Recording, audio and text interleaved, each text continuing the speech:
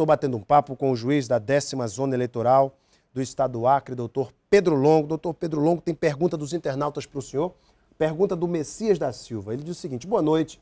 Podemos acreditar que a lei da ficha limpa vai funcionar e vigorar mesmo aqui no Acre, com todo o poder que o PT tem no Estado para proteger seus aliados? E aí, doutor Pedro? Alain, a lei da ficha limpa já está vigorando, porque o que essa lei estabelece? Que não podem se candidatar aqueles que tenham condenações criminais julgadas em segunda instância ou condenações administrativas, improbidade administrativa, julgado por órgão colegiado. O que ocorre é que as pessoas que estão nessa situação já nem se inscreveram, então a lei está sendo cumprida. Também é possível, a própria lei da ficha limpa estabelece isso, que se você tiver uma condenação, mas se você for à justiça e conseguir suspender esta vigência, então você poderá concorrer no aguardo dessa decisão final. Então eu posso lhe assegurar a todos os eleitores que a Justiça Eleitoral está garantindo a aplicação da lei da ficha limpa. Aqueles candidatos que eram mais problemáticos, possíveis candidatos, já nem se inscreveram, então não estamos verificando nenhuma dificuldade quanto à aplicação dessa legislação. Ou seja, a lei já está em vigor? Já está em vigor plenamente. Muito bem. Olha a pergunta do Neudes Pereira, doutor Pedro Longo. O Neudes diz o seguinte: doutor, nos informe um número, um 0800 ou um disque denúncia para o povo, porque até que horas o candidato pode ficar fazendo zoada com seus carros de som nas ruas? Um dia desses teve um candidato que às 9h30 da noite estava em frente da minha casa atrapalhando eu assisti o Gazeta Entrevista. Olha, muito boa, viu, Neudes? Salvo engano, a legislação, a resolução do TSE permite até as 22 horas. Então, neste caso, aparentemente, o candidato estaria ainda dentro do limite tolerado. O limite de altura, existe um de limite som. de decibéis, também, salvo engano, não é minha especialidade, seriam 62 decibéis. Então, a parte pode, os prejudicados podem, inclusive, recorrer ao... Ligar o IMAC, por exemplo. Ao IMAC, que tem aparelhos, né, para controlar. Não sei se isso vai acontecer com a agilidade necessária, porque isso logo em seguida muda de lugar, né? Mas é isso. O limite, salvo engano, é 22 horas e 62 decibéis. A ninguém é dado importunar o eleitor. Mas tem uma forma melhor ainda de resolver isso. Basta não votar nesse candidato. Não vota nesse candidato não chato. Vota nesse que importuna. Tá certo. Agora, doutor Pedro Longo, uma coisa interessante. Já tem eleitores, eu sei, claro, não vou citar aqui o caso, até... seria antiético da nossa parte, mas eu sei de eleitores que estão até hoje sendo punidos por terem vendido seu voto na eleição passada. E obviamente que o senhor conhece casos semelhantes também, sem citar o santo, mas contando o milagre. O senhor conhece alguns casos de eleitores que até hoje estão sendo punidos por ter vendido o voto. Porque o eleitor pensa, eu vou vender meu voto, só quem paga é o corruptor. Mas o corrupto também paga, né, doutor Pedro? Também. A legislação, ela condena expressamente tanto quem age ativamente quanto passivamente, né? Evidentemente que esse eleitor também poderá responder pela sua conduta. E tem várias, paga multa, às vezes tem que comparecer à justiça eleitoral. Exatamente.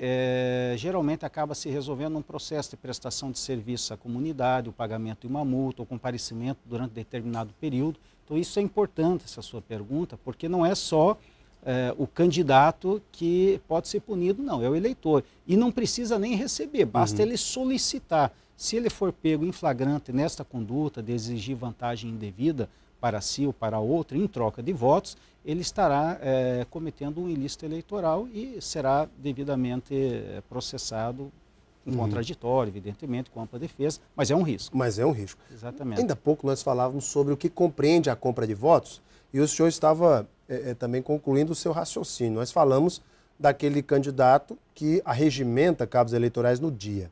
E que outras condutas também configuram compra de voto, doutor Pedro Longo? Olha, qualquer promessa de vantagem indevida, vamos imaginar, por exemplo, prometer cargos em um futuro gabinete, ou prometer benefícios que não sejam benefícios.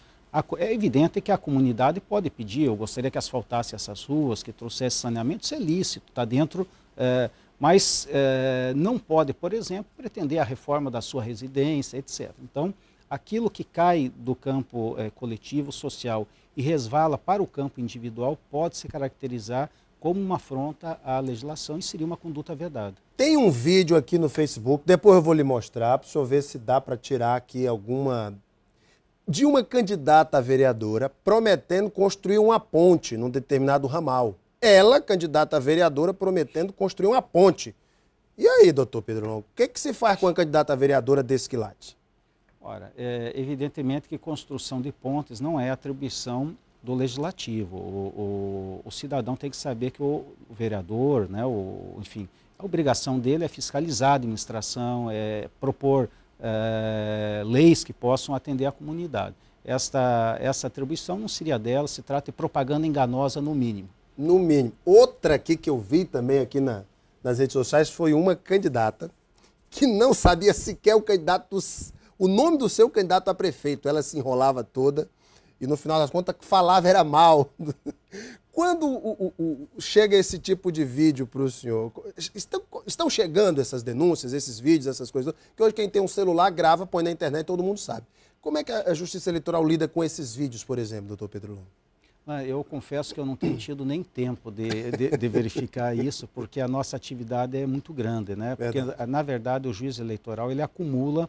Eu, por exemplo, sou titular da primeira vara de família, então eu tenho todo o meu trabalho normal e, além disso, exercemos esse plus da atividade eleitoral. Então, nós sabemos que a eleição também é um campo fértil, né, para o folclore, para coisas inusitadas, né? Talvez depois que passe eu tenha tempo para ver isso e dar um pouco de risada. Dá uma risada também. Doutor Pedro, haverá algum telefone da Justiça Eleitoral para atendimento direto ao eleitor? Algum Disque 0800, como o próprio Neudes Pereira perguntou aqui? Ok. A Justiça Eleitoral, segundo as informações mais atualizadas da Corregedoria, não terá esse ano aquele chamado Disque Denúncia. Até por exatamente conta das denúncias por conta das denúncias anônimas e às vezes não comprovadas.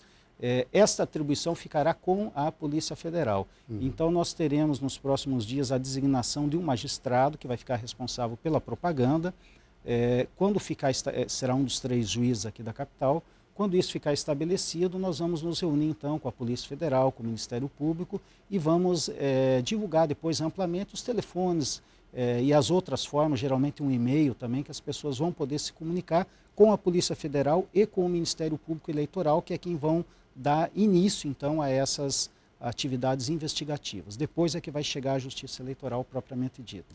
Gente, tá aí, o nosso tempo infelizmente se esgotou, mas creio que tenha sido muito proveitoso para você de casa, esse bom bate-papo com o doutor Pedro Longo. Quero agradecer a sua presença aqui no Gazeta Entrevista e convidá-lo a participar conosco durante todo esse processo do pleito, tirar dúvidas, fazer esclarecimentos e, obviamente, levar o conhecimento ao nosso telespectador, que também é eleitor. Doutor Pedro Longo, muito obrigado pela sua vida. Obrigado também pelo espaço cedido à Justiça Eleitoral. Daqui a pouquinho nós voltamos para a sequência do nosso Gazeta Entrevista. Fique conosco. Até já.